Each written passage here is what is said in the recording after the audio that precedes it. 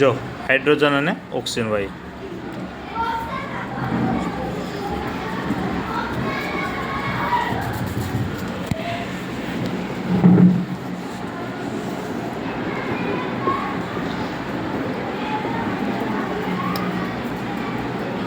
જે પરપોટાને આપણે ફરી પાછું ઉત્પન્ન થતું જોવા મળશે. થઈ ગયા જો ફરી પાછું જો થઈ જાય ઉત્પન્ન.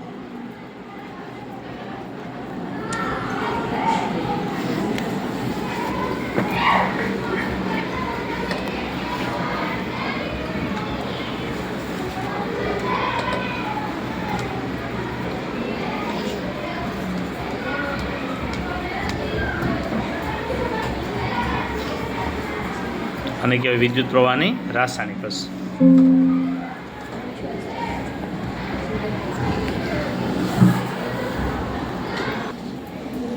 હવે એક છેડે કોપરનો વાયર રાખ્યો અને એક છેડે આપણો ગ્રેફાઇટ હતો પેન્સિલ એ જ છે. જો છતાં પણ ધન ધ્રુવ પર વાયુ અને ઋણ ધ્રુવ પર મુક્ત થતું જોવા મળે છે. જો કોપરના વાયર ઉપર પણ થાય છે ને, ધ્રુવ બદલાવી નહીં એટલે પાણીમાંથી આ છૂટા પડે. હવે આપણે એની જગ્યાએ લોખંડની ખીલી રાખશું. થાય છે લોખંડની ખીલી ઉપર જો પરપોટા તમને જોવા મળશે.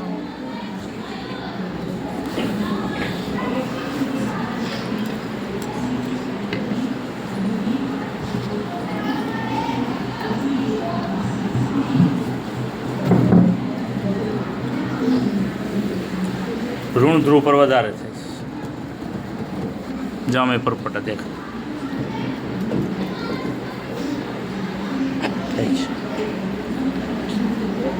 છે ને પરપોટા. ઓલામાં ધોમ થાય રાખી ચમચીને અંદરના ભાગે જો પરપોટા જોવા મળશે.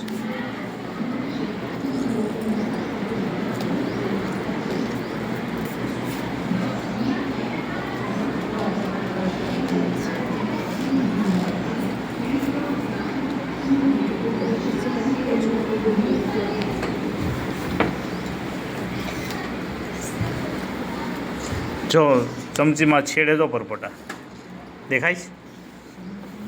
જો છે આ રીતે દેખાય ને.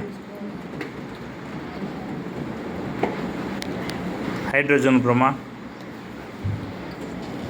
ઓક્સિજનનું પ્રમાણ કેટલું છે એ તો મોટા ધોરણમાં તમારે આવશે. અત્યારે તો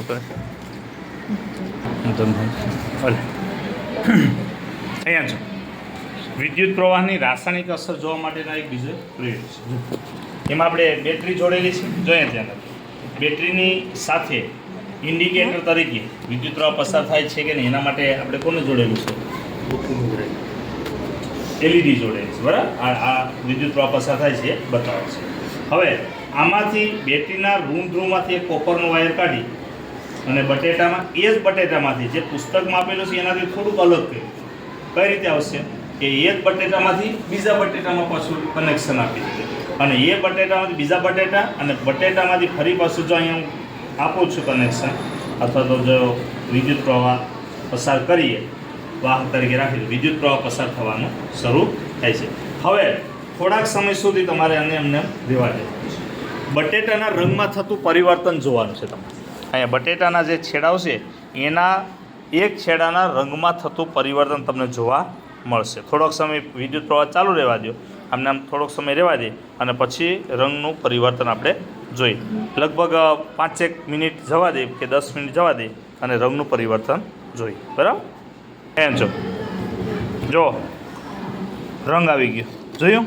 10 મિનિટ આપણે ગઈ અને એ દરમિયાન જો તમે રંગ રીતસરનો તમને જોવા મળે છે. જો એમાં એક બીજી બાબત તમે નોટ કરી હશે કે જે છેડો ધન છેડો છે જાને બેટરીનો રેડ કલર આપણે કાલે વાત કરી હતી અગાઉ એ પ્રમાણે એ છેડા ઉપર કલર આવે છે, રંગ પરિવર્તન થયું.